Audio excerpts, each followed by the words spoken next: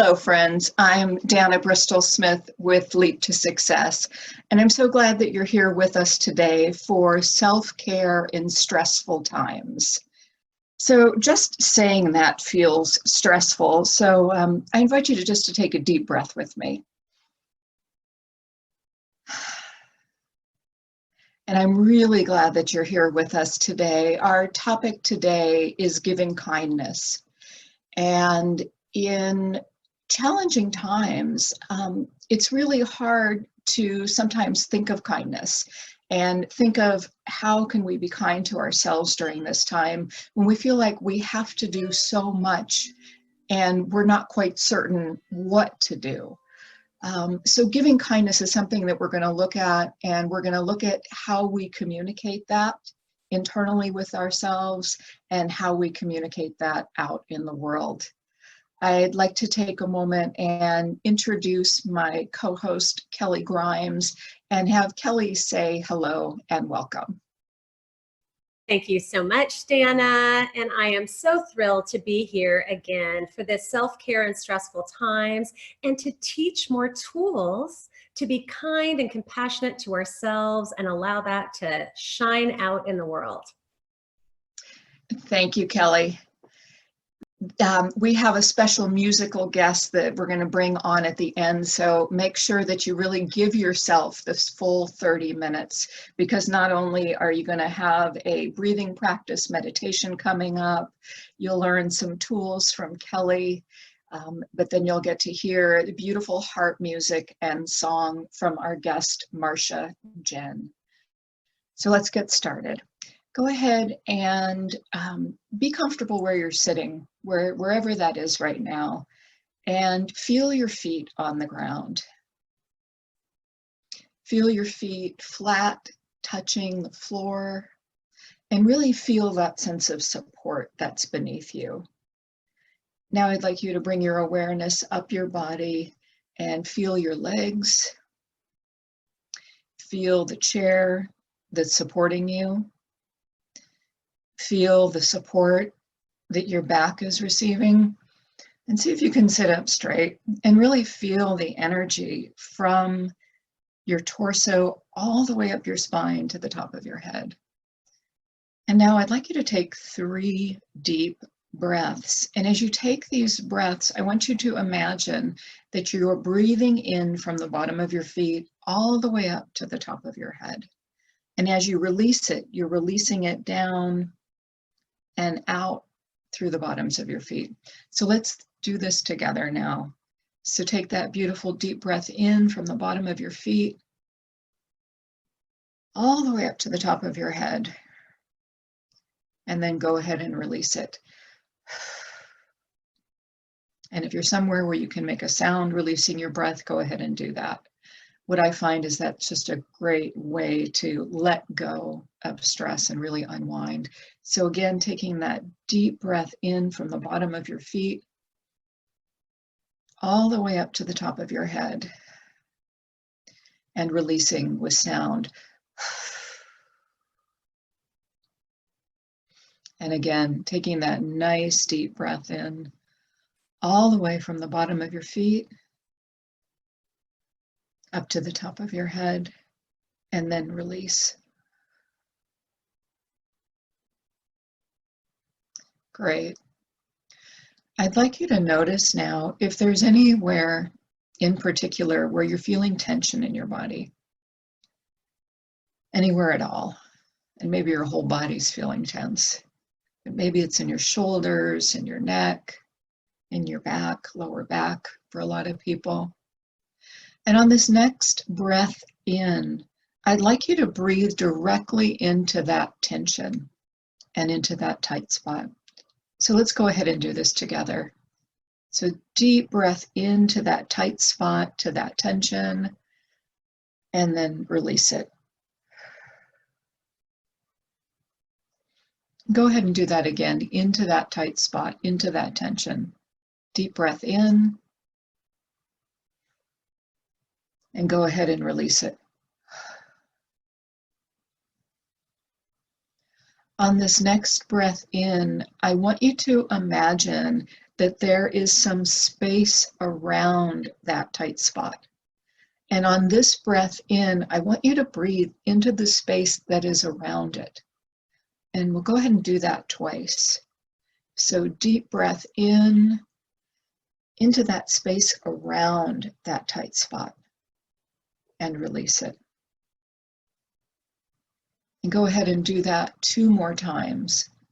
Deep breath in, around the space, around that tight spot, and release it. And now 1 more time. Deep breath in, creating space around that tight spot, and then releasing. Now you're going to go ahead and take in 3 more deep breaths, full body breaths from the bottom of your feet up to the top of your head. So go ahead and do that at your own pace now. Deep breath in from the bottom of your feet all the way up to the top of your head, and release it. And again, deep breath in all the way up to the top of your head, and release it. And 1 more time. Deep breath in all the way up to the top of your head, and now go ahead and release it. Good job. Good job. So now go ahead and open your eyes if they were shut. You might need to wiggle around in your seat just a little bit and see what your body feels like now. See if you feel maybe a little bit looser. See if your shoulders might be a little bit more relaxed. And notice your breath. And notice if you're able to breathe a little bit deeper now. Good. Good. Okay. So now that we are here and present with ourselves, I'm going to go ahead and turn you over to Kelley Grimes, and you might want to find a pad of paper or something to write with, because you might have some ideas and some things that you're going to want to write down in the next few minutes. So here's Kelley. Thank you so much, Dana. So I love the act of kindness in pausing to take a deep body breath. I love the act of kindness of tuning in and noticing if there's any place that we're holding any tension or tightness, and inviting space around that, and the invitation for there to be a relaxed body, a relaxed approach to that tension instead of creating more resistance. There are so many ways that we can give ourselves acts of kindness, that we can spread those acts of kindness in the world. And one of the things that I think about, over this last week, we were looking at how do you create a sense of calm in a time of chaos, in the midst of chaos, and how do we bring these moments of pause and kindness to ourselves when there's so much uncertainty and so much unknown. And I think one of the ways that we do that is we bring awareness. So we bring awareness to our bodies, we bring awareness to our breath, and we have the power to bring awareness to what we say to ourselves. I've noticed that in these times, a lot of us are feeling a sense of maybe an unsettled sense. Maybe our confidence isn't as strong as it normally is because things are so uncertain. Maybe we're having stress reactions in ways that we hadn't in a while. And so offering ourselves kindness, paying attention to how we speak to ourselves, is one really empowering approach and one way we can care for ourselves in these stressful times. So I want to invite you to think about 5 words that we often use that disempower us, and to have an opportunity to look at those words and how we can transform them so that actually the act of noticing and transforming is an act of kindness for ourselves. So I'm going to give you 5 words that we often find with our Leap to Success graduates that we use, and that there's a practice of paying attention to them and then intentionally transforming them so that we can have more kindness and compassion for ourselves, and that that's what we spread out in the world. So the first word is try. Sometimes we use that word because we're not sure we can actually show up and do it. We don't want to make a full commitment that we're going to do it. And so we say, well, I'll try. And unfortunately, what that does is it lowers our expectation of ourselves and it lowers others' expectations of us. So I want to invite you to use instead, if you catch yourself saying try, to switch it to will. I will. And believe in ourselves that we can show that act of kindness to be our own cheerleader, and believe that we actually can do it. There's so much strength and resilience and courage that we're demonstrating in these difficult times. And so believing in ourselves and really switching that language up from try to will. The next word is kind of, or phrase is kind of. Oftentimes when we have folks that are giving us feedback, maybe a compliment, and someone says, oh, you're so good at that, we may have a hard time receiving that act of kindness, that compliment. And so we say instead to ourselves, oh, I'm only kind of good at that. I'm only kind of good at this. And so I'm going to invite us to not diminish ourselves in that way, and instead just own it. And in that situation, say thank you. And then, I am feeling really good about being able to do whatever it is that we're doing. So I love shifting kind of, and just maybe starting to notice, and then maybe even let go that phrase, and just I am. Like, imagine and check in with yourself. How does that feel to have that kind of ownership of the gifts that we give to the world? The next word is should. Now, I find shoulds really difficult. We can either should on ourselves or should on other people. And what I find really difficult about that is it's always an external, it's a have to. It's somebody else's perspective of what we should do. It doesn't come from a place of kindness. It usually comes from a place of criticism or judgment, or even like comparing, well, you should be doing this. It's usually not a kind, compassionate approach. And so I invite us to leave the shoulds behind, both for others that we speak to and especially to ourselves, and say instead, I choose, right? Once we choose, there's a whole different energy about that. And it is an energy of motivation and momentum and belief in ourselves and empowerment. So I'm going to invite you to notice when you say should, and switch it to choose. I choose to do that. The next thing is can't. When we're feeling disempowered and we're feeling a lack of confidence, we can get into kind of I can't do that mindset. And yet all of our creativity, all of our ingenuity, resourcefulness is needed in these times where things are so uncertain. So believe in yourself. And instead of saying can't, switch it to I can. I can do this. I can spread kindness in the world. I can respond to myself with compassion and love. I can care for myself in stressful times. It's very, very powerful. And the last one is sorry. Now, how many of us, particularly women, have been basically taught, and it's been modeled, that we should apologize all the time for everything, even if it wasn't harm that we did? Certainly, if we've caused harm, being able to really apologize is an act of kindness to ourselves and to other people. But not when we're just apologizing for showing up, just being on this planet. And we often do that. If you start noticing how often you say sorry, and you choose to respond to yourself with compassion, this is not an opportunity to notice these words and then beat ourselves up, because that's not an act of kindness. But if instead we notice, oh my gosh, I'm saying sorry a lot, and it's actually making me feel worse about myself. And it's not when I've done harm to others. It's just when I'm, trying to pass somebody by, along the street, or I'm doing something. So I'm going to invite us to find a new phrase for that. For some people, excuse me works really well.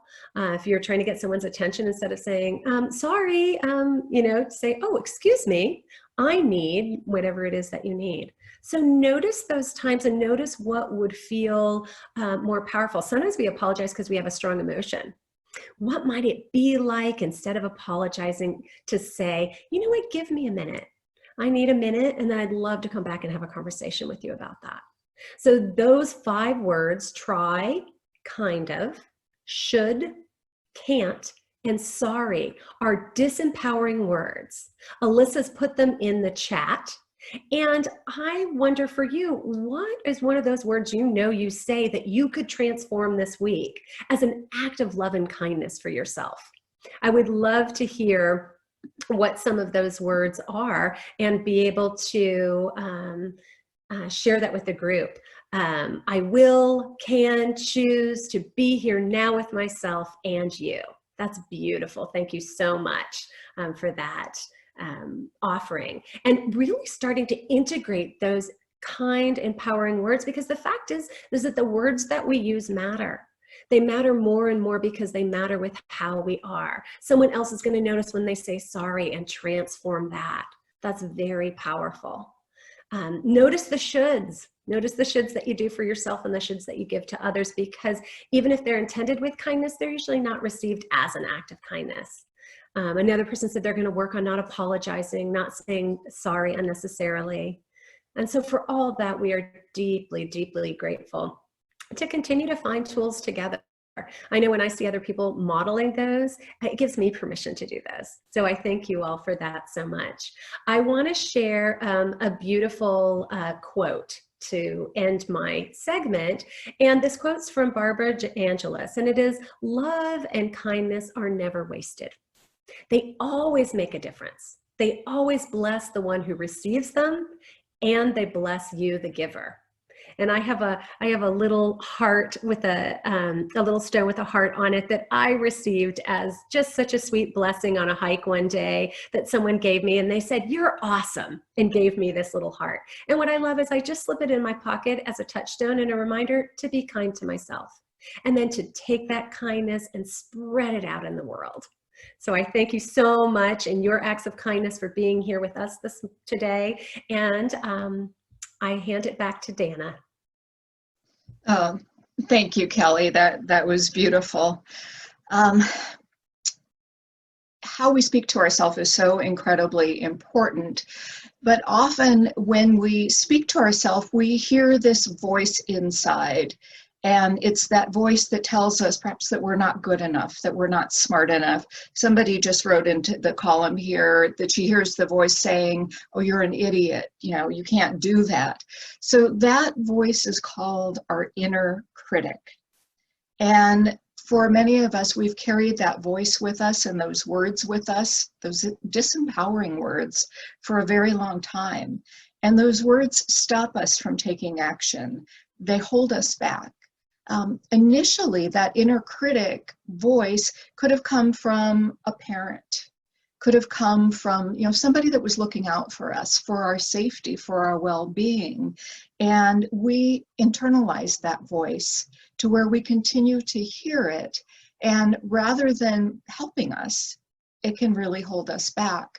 So I'm curious to know, and if you would write into the chat area, do you hear the voice of the inner critic, and what does your inner critic say? What does your inner critic say that holds you back? I know for a lot of women, it's around intelligence, and that you're not smart enough. Somebody's written here, you're not good enough. For people who were in families where perhaps there wasn't a lot of education available, it was, well, you could never do that because nobody else in your family did. Perhaps that was around going to college. Someone has written here, "Oh, you're fat." Your inner critic says, "You're not living up to your potential." Yeah, and someone else saying, "You're not smart enough" is the biggest one, or "You're not going to make it." So we hear all of those, and what I want to encourage you to do is notice when you hear that voice of the inner critic. And I'm going to offer a suggestion to help you transform it. And that is to transform the inner critic to be your inner mentor. And think about what your mentor would say. Think about how your mentor would be encouraging to you. So if that inner critic says you're not smart enough, your inner Mentor might say, you are smart enough. You have what it takes. So this is an assignment over the next week, and I'd love to hear from you. When you identify your inner critic, when you hear it, see if you can go ahead and make that switch and say, no, I'm not listening to you anymore. I am smart enough. I'm going to be there to encourage myself. My inner voice is a mentor that helps me go to where I want to go in life and doesn't hold me back. I think we all deserve that. And I know that you do.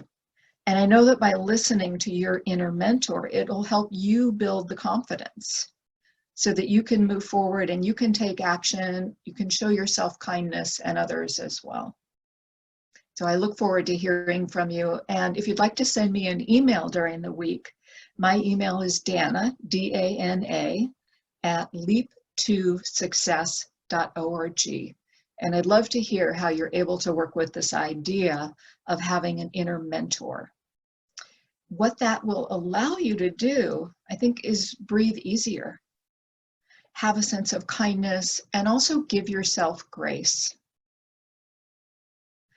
And so with that, I'm going to invite our special musical guest, Marsha Jehn, to come on in just a moment.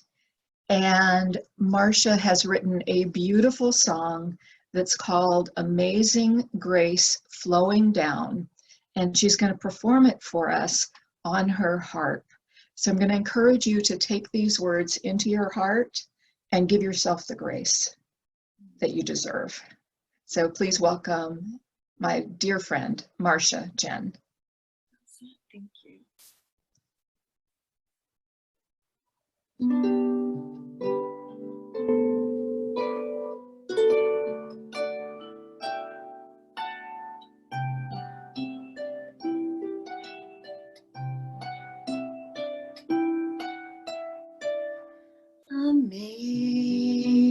Amazing grace flowing down on me. Amazing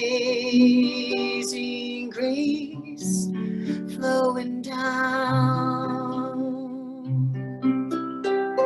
Amazing grace flowing down on me.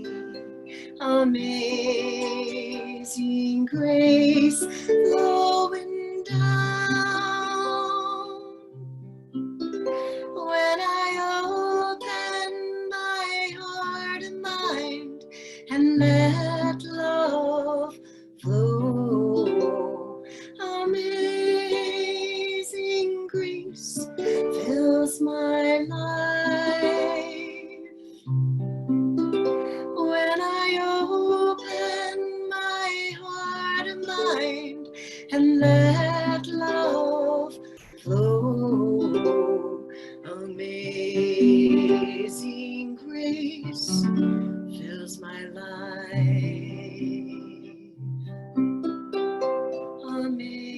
Amazing grace flowing down on me.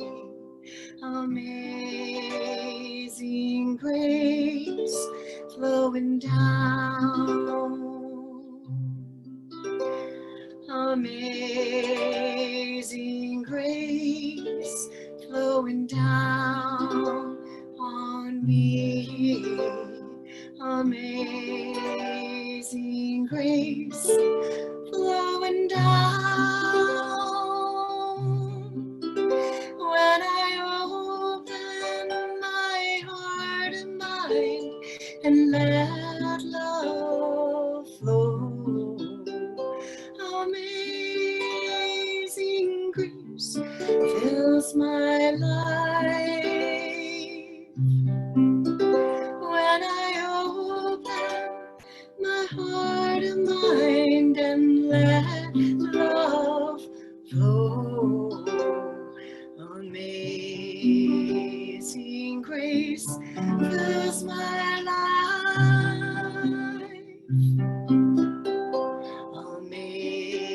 Amazing grace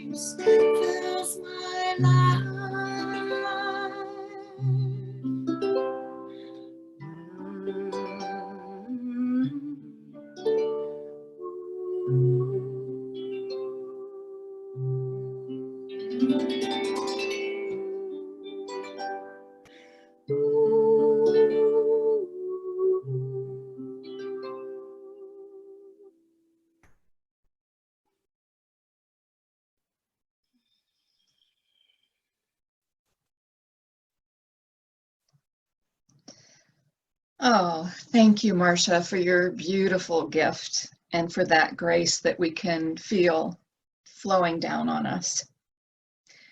Oh, such a gorgeous gift, a gorgeous gift.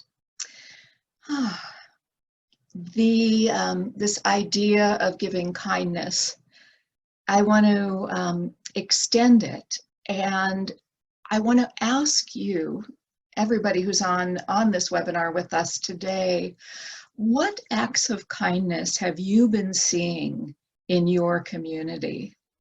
What ways have you seen people reaching out and helping each other and giving to each other? What are you seeing right now? Go ahead and write them in the chat area.